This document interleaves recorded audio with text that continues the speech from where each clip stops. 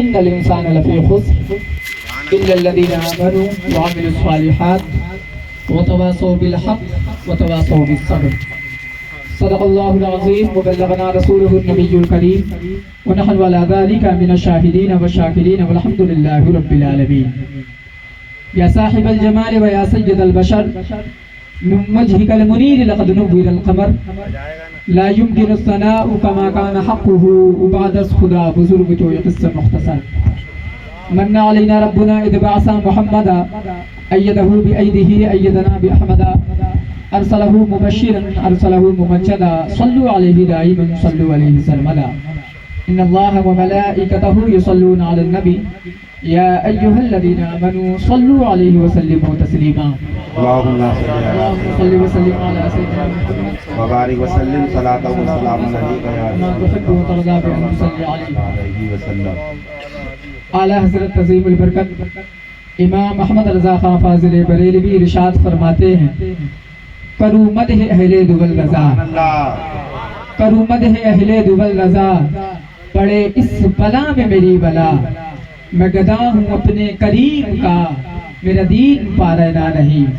میں گدا ہوں اپنے کریم کا میرا دین پارینا نہیں.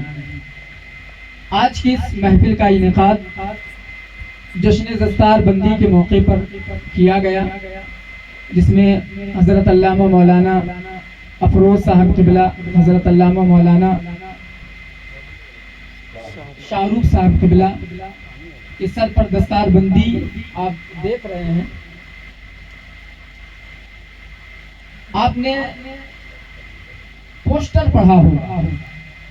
پوسٹر کا پہلا جملہ تھا جشن دستار فضیلت اور دوسرا جملہ تھا وہ اصلاح معاشرہ. دستار بندی کے تعلق سے چند اصلاح معاشرہ کے تعلق سے بھی چندہ گفتگو ہوئی. ہم سے پہلے علماء کرام نے گفتگو کی. حضرت علامہ مولانا مفتی الطاف صاحب قبلہ نے بہت ہی اچھی گفتگو فرمائی. اللہ رب العزت ان کے علم و عمل میں بے پناہ برکتیں عطا فرمائے. آمین. چند باتیں اصلاح معاشرہ کے تعلق سے میں بھی عرض کروں گا اگر آپ سننا چاہیں گے تو. سننے کے موڈ میں ہیں چونکہ رات بوڑھی ہو چلی ہے لیکن مجھے لگ رہا ہے کہ یہاں کے لوگ سننا چاہتے ہیں. سننا چاہتے ہیں. بہت اچھے لوگ ہیں ماشاءاللہ. رب کعبہ ارشاد فرماتا ہے والعصر والعصر اور زمانے کی قسم ان الانسان لفی خسر بے شک انسان گھاٹے میں الا الذین آمنوا مگر وہ جو ایمان لائے وعملوا الصالحات اور نیک اعمال کرے اچھے کام کرے اعمال صالحہ کرے وتواصوا بالحق اور ایک دوسرے کو حق کی تاکید کرتے رہے وتواصوا بالصبر اور ایک دوسرے کو صبر کی وصیت کرے وہ گھاٹے میں نہیں.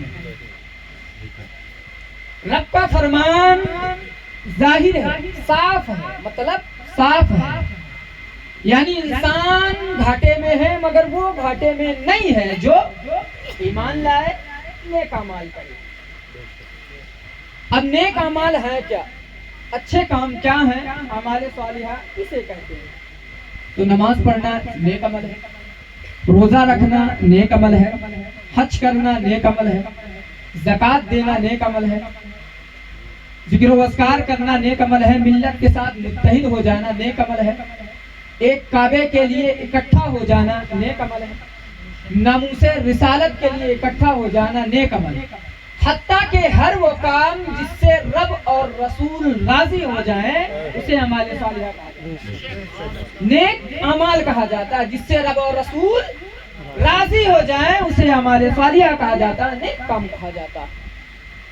لیکن اعمال صالحہ کے لیے نیک کام کی مقبولیت کے لیے نیک کام کے قبول ہونے کے لیے اعمال صالحہ کی مقبولیت کے لیے 3 چیزوں کا ہونا ضروری ہے.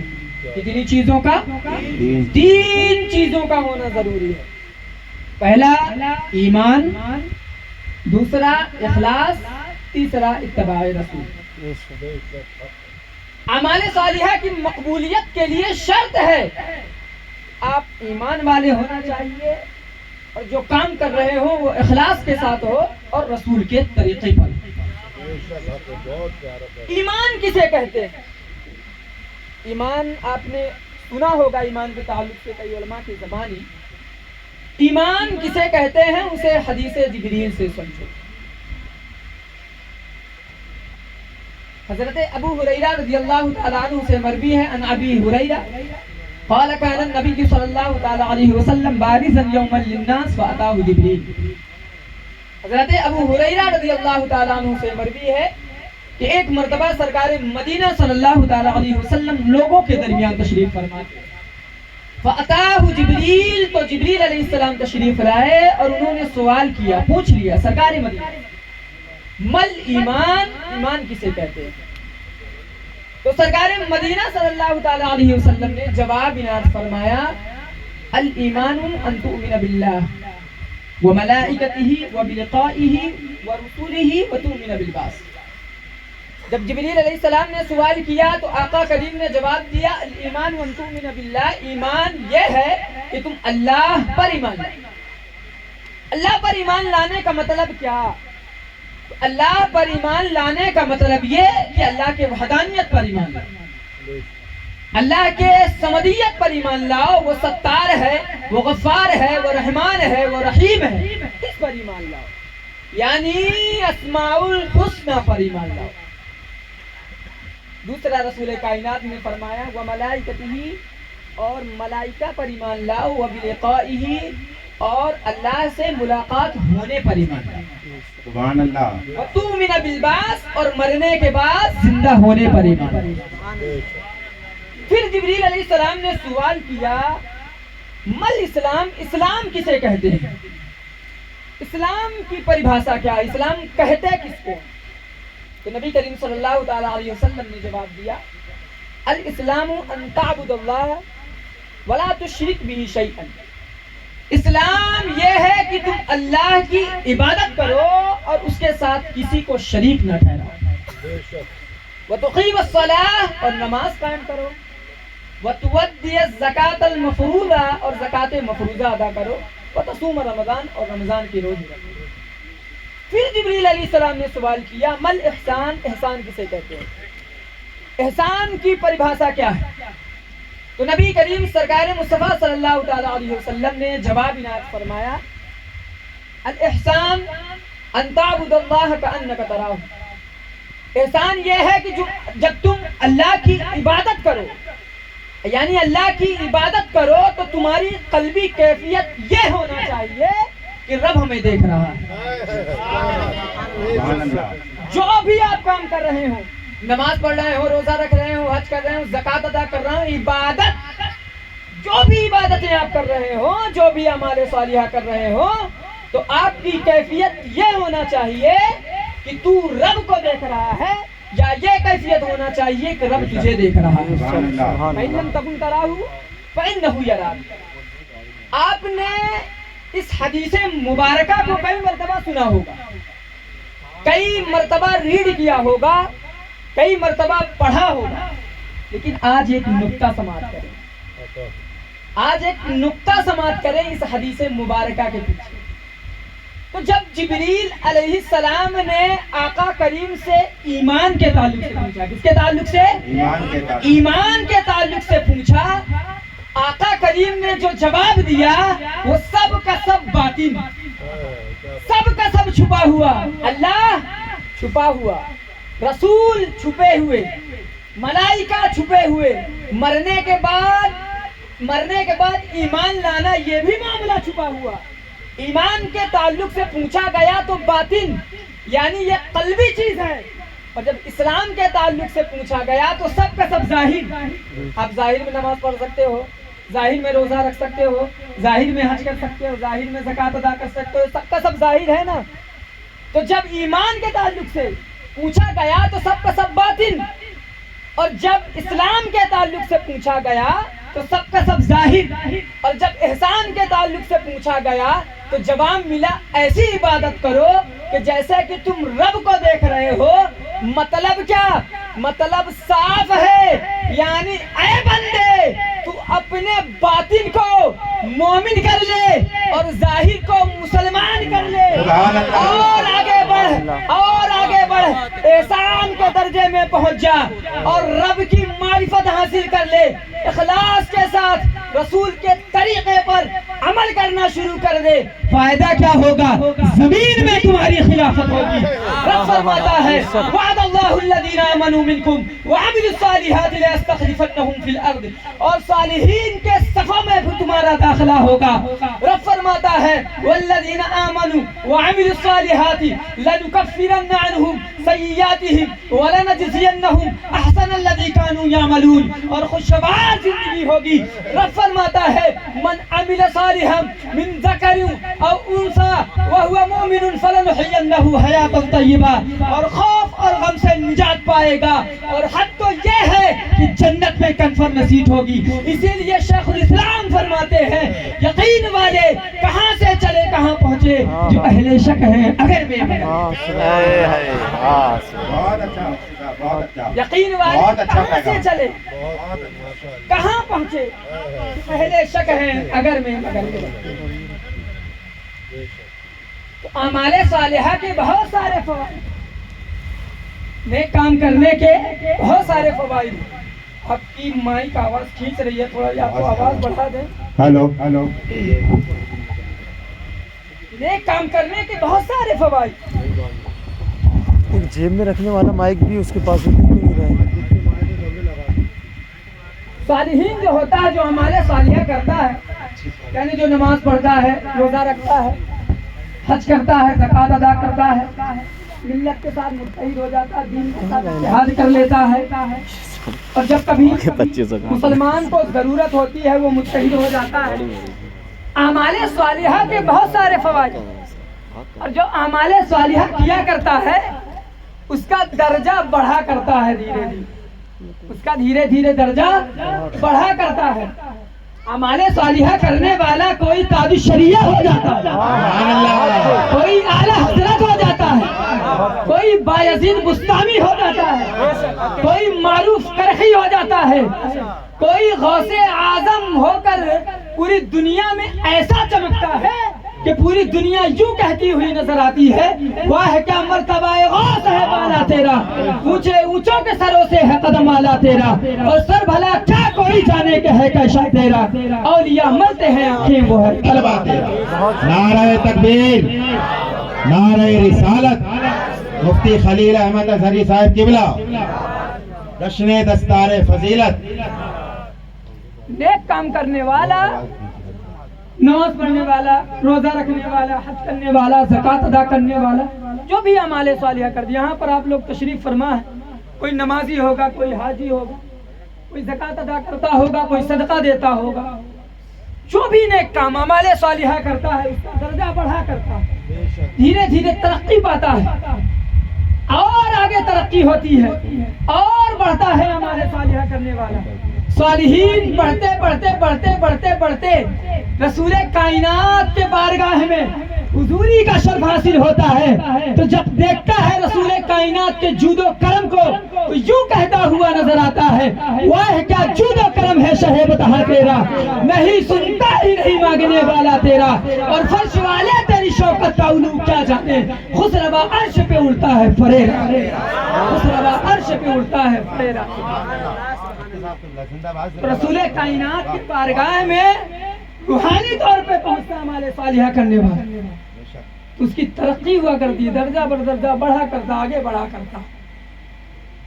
اعمال صالحہ کے بہت سارے فوائد ہیں، لیکن ان میں سے سب سے بڑا فائدہ یہ ہے کہ جو اعمال صالحہ کرتا ہے، یعنی نماز پڑھتا، روزہ رکھتا، حج کرتا، زکوٰۃ ادا کرتا ہے، جب قوم کے لیڈران اس کو پکارتے ہیں تو وہ اکٹھا ہو جاتا ہے، یکجا ہو جاتا ہے، یہ بھی ایک اعمال صالحہ میں سے۔ تو بہت سارے فوائد ہیں، ان میں سے سب سے بڑا فائدہ یہ ہے کہ بندے کا رب اور رسول سے تعلق مضبوط ہو جائے،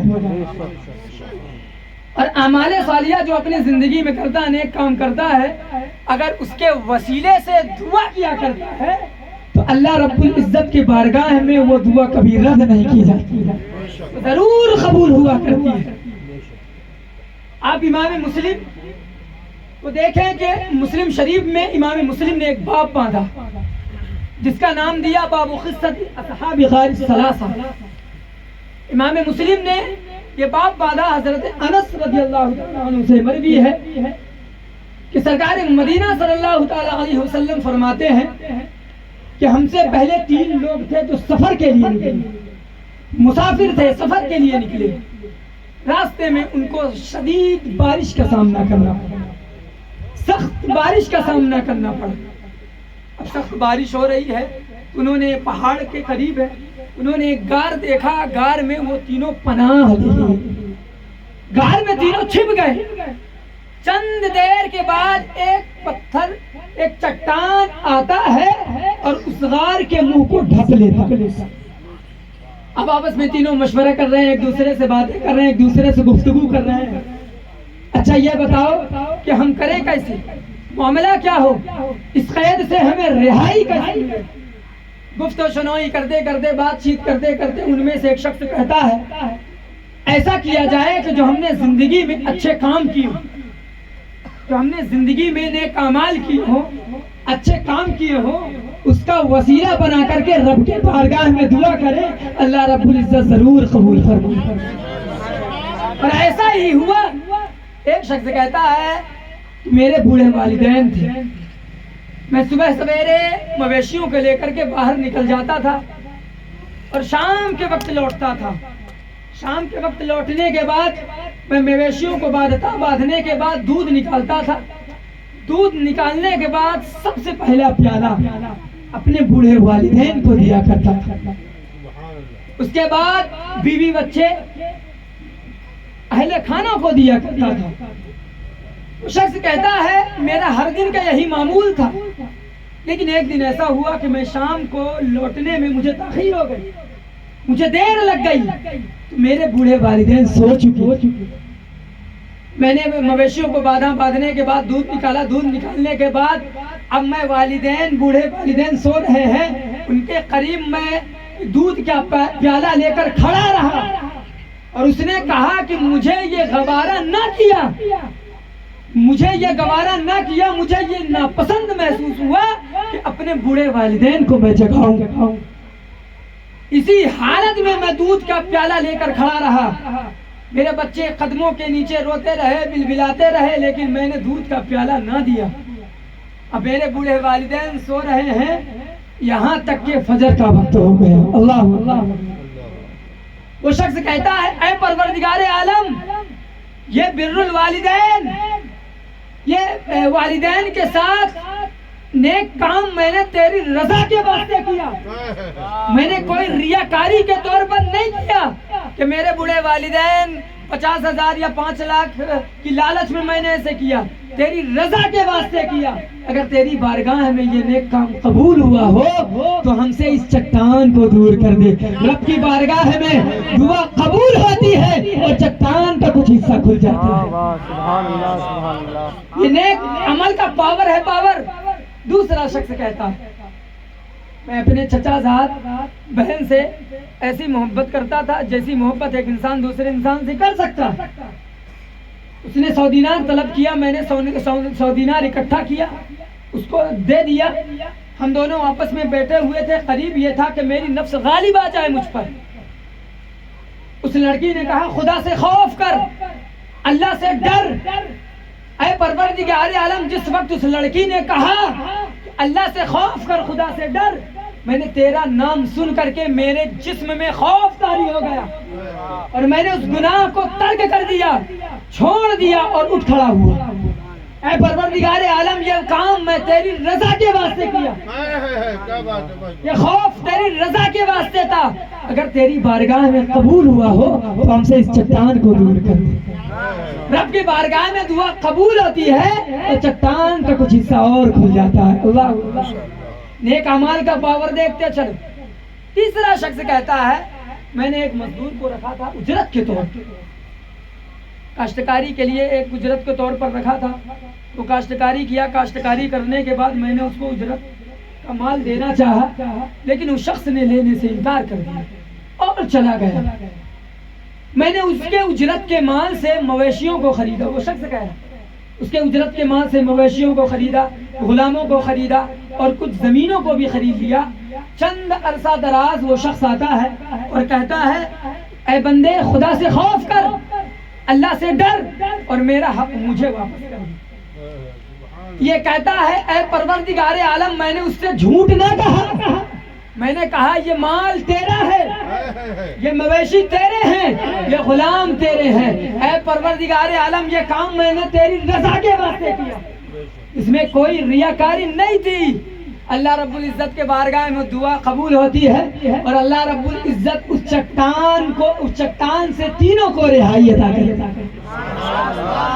جملہ نوٹ کرو, یہ عمل صالح کا پاور ہے, پاور نیک عمل کا یہ پاور ہے, پاور کہ اس کے وسیلے سے جو دعا مانگی جائے وہ رد نہیں کی جاتی. مطلب یہ کہ عمل صالح کا یہ پاور کہ تمہاری دنیا بھی بہترین ہو جاتی ہے اور تمہاری آخرت کو بھی حسین کر دیتا ہے اور جنت کی ضمانت دیتا ہے, ضمانت. اسی لیے کسی شاعر نے کیا خوبی کہا ہے, بشر اعمال کر اچھے تیرے عقبہ میں کام آئے, وہاں جنت نہیں ملتی یہاں سے. بشر اعمال کر تیرے عقبہ میں کام آئے, وہاں جنت نہیں ملتی یہاں سے ساتھ جاتی ہے. اور جنت ہے کہ آپ کو پتا ہے, ایمان لاؤ. اللہ نے فرمایا ایمان لاؤ, نیک اعمال کرو. نیک اعمال کیا؟ نماز, روزہ, حج, زکات, جو بھی اعمال صالحہ آپ کر رہے ہیں اس کا بدلہ ہے جنت, اس کا بدلہ ہے جنت. ایمان اور نیک اعمال کا بدلہ ہے جنت. اللہ رب العزت صلہ کے طور پر آپ کو کرے. اعمال صالحہ کے بہت سارے فوائد ہیں, نماز پڑھنے, روزہ رکھنے, حج کرنے, زکات ادا کرنے, بہت سارے اعمال صالحہ کو یہ علماء کرام ایک کر کے انشاءاللہ جمعہ میں خطاب کرتے رہتے ہیں, کبھی نماز کے تعلق سے, کبھی روزہ کے تعلق سے, کبھی حج, کبھی زکات, جو بھی اعمال صالحہ الگ الگ طور پر کرتے رہتے ہیں. میں جملتاً بیان کر رہا ہوں اعمال صالحہ کے بہت سارے فوائد, لیکن ان میں سے سب سے پہلا فائدہ میں نے جو آپ کو بتایا وہ یہ وعد اللہ الذین آمنوا منکم وعملوا الصالحات لیستخلفنہم فی الارض. اللہ کا وعدہ ہے جو شخص ایمان لائے, نیک اعمال کرے تو استخلاف فی الارض یعنی زمین میں اسے خلافت عطا کروں. جو ایمان لائے, نیک اعمال کرے, زمین میں اسے خلافت عطا کروں گا.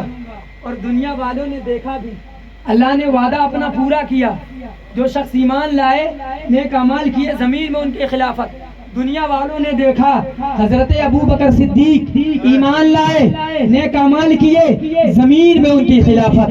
حضرت عمر فاروق ایمان لائے, نیک اعمال کیے, زمین میں ان کی خلافت. حضرت عثمان غنی ایمان لائے, نیک اعمال کیے, زمین میں ان کی خلافت. حضرت علی ایمان لائے, نیک اعمال کیے, زمین میں ان کی خلافت. حضرت امام حسین, حضرت امام حسن ایمان لائے, نیک اعمال کیے, زمین میں ان کی خلافت. شہید اعظم امام حسین ایمان لائے, نیک اعمال کیے, زمین میں ان کی خلافت. اور ایسی خلافت کہ آج تک دنیا یوں کہتی ہوئی نظر آتی ہے, شاہ حسین, بادشاہ حسین, دین حسین, دیپنا حسین, سرداد نداد, دست در دست یزید, حقا کے بنا لا الہ الا اللہ. ایسی خلافت تو دنیا والوں نے دیکھا, اللہ نے اپنا وعدہ پورا کیا. اللہ کیا کہتا ہے, ایمان لاؤ, نیک اعمال کرو, زمین میں میں تمہیں خلافت دوں, زمین میں تم خلیفہ ہوگے, خلافت عطا کروں گا. اللہ کا یہ وعدہ ہے. اچھا, رب کا فرمان. اب میں ان دونوں نتیجوں کو جوڑوں گا. ان نفوس قدسیہ جس کا ہم نے ذکر کیا, حضرت ابو بکر صدیق, عمر فاروق, عثمان غنی, حضرت علی رضی اللہ عنہم اجمعین, جن نفوس قدسیہ کا ہم نے ذکر کیا, ان کے اندر ایمان بھی کامل طور پر تھا اور نیک اعمال بھی یہ مکمل کیا کرتے تھے. لیکن ساتھ ہی ساتھ ایک نقطہ دے رہا ہوں, لیکن ساتھ ہی ساتھ ان نفوس قدسیہ کے اندر ایک چیز بڑی پائے کے پائی جاتی تھی, بکثرت پائی جاتی تھی, وہ تھا ملت کے لیے اتحاد, دین کے لیے متحد ہونا, ملت کے لیے اکٹھا ہو جانا، ایک کعبہ کے لیے اکٹھا ہو جانا، ایک اللہ کے لیے اکٹھا ہو جانا، ناموس رسالت کے لیے اکٹھا ہو جانا، ان کے اندر بکثرت پایا جاتا ہے۔ خلفائے راشدین جنہوں نے بھی خلافت، اللہ رب العزت نے خلافت عطا کی جن کو بھی، سب کے اندر اتحاد بڑے پائے کا پایا جاتا تھا۔ اب قرآن کا فرمان اور ان کے عمل کو یکجا کرو، بہت خوبصورت نتیجہ نکلے گا۔ اللہ کا فرمان ایمان لاؤ، نیک اعمال کرو، ان کے اندر اتحاد زیادہ، مطلب کیا؟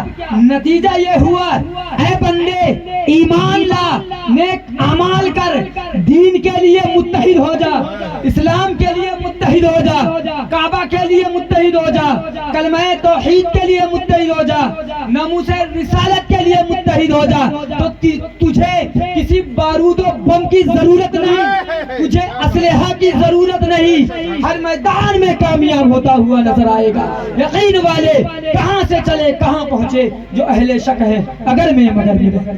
نعرہ تکبیر، نعرہ رسالت، علماء اہل سنت، نعرہ تکبیر، نعرہ رسالت۔ اتحاد آج ہمارے قوم میں، اور یہ طریقہ ان نفوس قدسیہ نے، خلفائے راشدین نے، جن کو اللہ رب العزت نے خلافت عطا کی، اخلاص کے ساتھ، صدق کے ساتھ ایمان میں قائم رہے، نیک اعمال کرتے رہے، اخلاص کے ساتھ، خلوص کے ساتھ، خالص لوجہ اللہ اعمال کرتے رہے، نیک کام کرتے رہے، اللہ رب العزت نے زمین میں ان کو خلافت عطا کیا۔ اچھا، یہ اتحاد قائم کرنا، ملت کے ساتھ متحد ہونا، انہوں نے کہاں سے سیکھا؟ انہوں نے کہاں سے سیکھا؟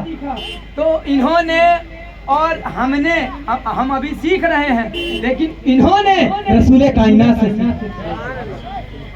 خلفائے راشدین، صحابہ، تابعین، تبع تابعین، ملت کے لیے متحد ہو جانا، کلمہ توحید کے لیے یکجا ہو جانا، اکٹھا ہو جانا، کس سے سیکھا؟ رسول کائنات سے۔ تو رسول کائنات ہمارے لیے صرف عملی نمونہ ہی نہیں، بلکہ رسول کائنات نے ایک ایسی قوم کو پیدا کیا جو مذہبی اعتبار سے اور سیاسی اعتبار سے، ہر اعتبار سے آپ کی جانشینی کی صلاحیت رکھتی ہے۔ اور رسول کائنات اس دنیا میں جب تشریف لائے، بہترین آئیڈل بن کر کے، ہمارے لیے بہترین نمونہ بن کر کے اس دنیا میں رسول کائنات تشریف لائے، ایمانی دعوت دینا شروع کیا، لوگوں کو متحد کرنا شروع کیا، لوگوں کو یکجا کرنا شروع کیا۔ مردوں میں سب سے پہلے حضرت ابو بکر، عورتوں میں سب سے پہلے حضرت خدیجہ، بچوں میں سب سے پہلے حضرت علی، غلاموں میں سب سے پہلے زید بن حارثہ۔ نبی نے ان چاروں کے ساتھ ایسا اتحاد کیا، جملہ دے رہا ہوں، نبی نے ایمانی دعوت دیا اور ان چاروں کے ساتھ ایسا اتحاد کیا کہ کم ہوتے ہوئے بھی، مال کی کمی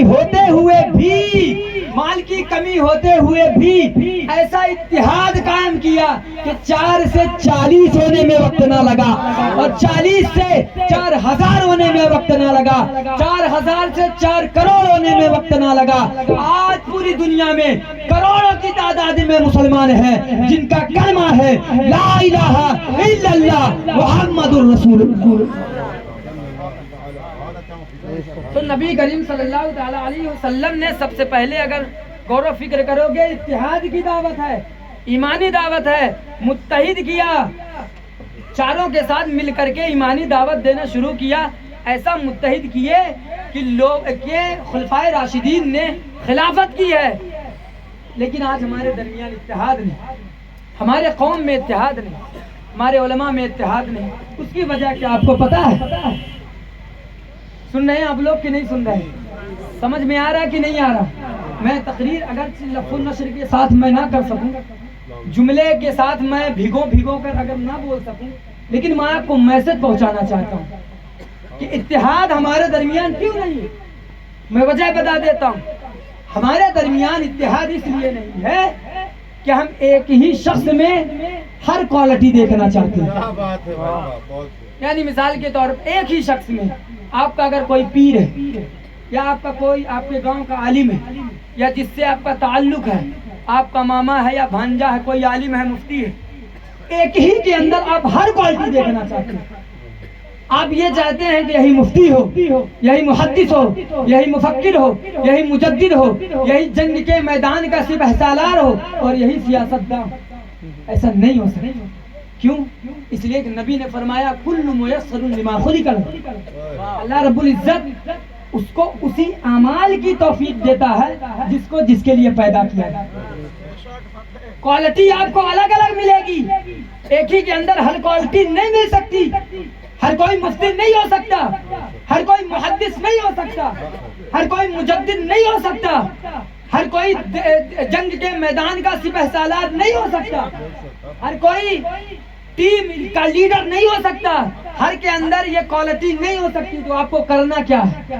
آپ کو کرنا کیا؟ آپ کو پتا ہوگا کہ ہر ایک کوالٹی یعنی ہر کوالٹی ایک کے اندر نہیں پائی جا سکتی. تو آپ کو کرنا کیا ہے؟ اتحاد کیسے ہوگا؟ تو سنو، اتحاد کیسے ہوگا. ایک جملہ دے رہا ہوں، دل و دماغ میں نقش کر لو، بہت بھاری جملہ ہے. اتحاد کے لیے ایک جملہ کافی ہے. اتحاد کیسے ہوگا؟ ایک جملہ ہے. اتحاد ایسے ہوگا کہ جو جس میدان کا ماہر ہے، جو جس فن کا ماہر ہے، آپ اس کے میدان کا اعتراف کر لیں، اتحاد ہو جائے. جو جس فن کا ماہر ہے، جو جس فن کا ماہر ہے، جس میدان کا مالک ہے، جس میدان کا شہسوار ہے، اس کی ذات کا، اس کی کوالٹی کا دل میں اعتراف کر لیں اور اس کے میدان میں سپورٹ کرنا شروع کر دیں. آپ کا اتحاد ہو جائے گا، آپ کا اتحاد ہو جائے گا. اتحاد کے لیے ایک جملہ کافی ہے، اعتراف. کیا؟ اعتراف. اور آسان کر دوں، سمجھ میں آیا کہ نہیں آیا؟ اور آسان کر دوں تو سنو. مثال کے طور پر اگر سلمان اظہری صاحب تقریری میدان میں ماہر ہیں تو آپ ان کی مہارت کو ایکسپٹ کرو، ان کی مہارت کو قبول کرو اور ان کے میدان میں آپ سپورٹ کرو. مثال کے طور پر محدث کبیر حدیث کے میدان میں مہارت رکھتے ہیں، ان کی مہارت کو قبول کرو اور ان کے میدان میں ان کا سپورٹ کرو. اگر مفتی نظام الدین صاحب افتاء کے میدان میں مہارت رکھتے ہیں تو آپ ان کو، ان کے میدان کو قبول کرو اور ان کے میدان میں ان کا سپورٹ کرو. کوئی بھی ایسا سیاستداں بھی آپ کی نظر میں ہوگا، جو سیاستداں بھی ہوگا جو سیاست اچھا کرتا ہے، اس کو اس کے میدان کا سپورٹ کرو اور اس کو اس کے میدان میں سپورٹ کرو. مثال کے طور پر مناظر اہل سنت اختر حسین علیمی صاحب مناظرے کے میدان میں اگر ماہر ہیں، ان کو ان کے میدان میں سپورٹ کرو، ان کے میدان کا ایکسپٹ کرو. تو مطلب کیا؟ مطلب صاف ہے کہ جو جس فن کا ماہر ہے اس کو اس کے میدان کا اعتراف کر لو. تمہارے درمیان اتحاد. بہت اچھا، بہت اچھا. چاہے ہماری قوم ہو، چاہے ہمارے علماء، سب کو اعتراف کی ضرورت ہے. کیوں؟ میں ایک ہی حدیث بیان کر دیا، کل میسر لما خلق لہ. اللہ رب العزت جس کو جس فن کے لیے بنایا ہے اس کی مہارت ہے اس میدان میں، اس کو مہارت ہے اس میدان میں. کیا ہے؟ مہارت ہے اس میدان میں. اور یہ ہم نے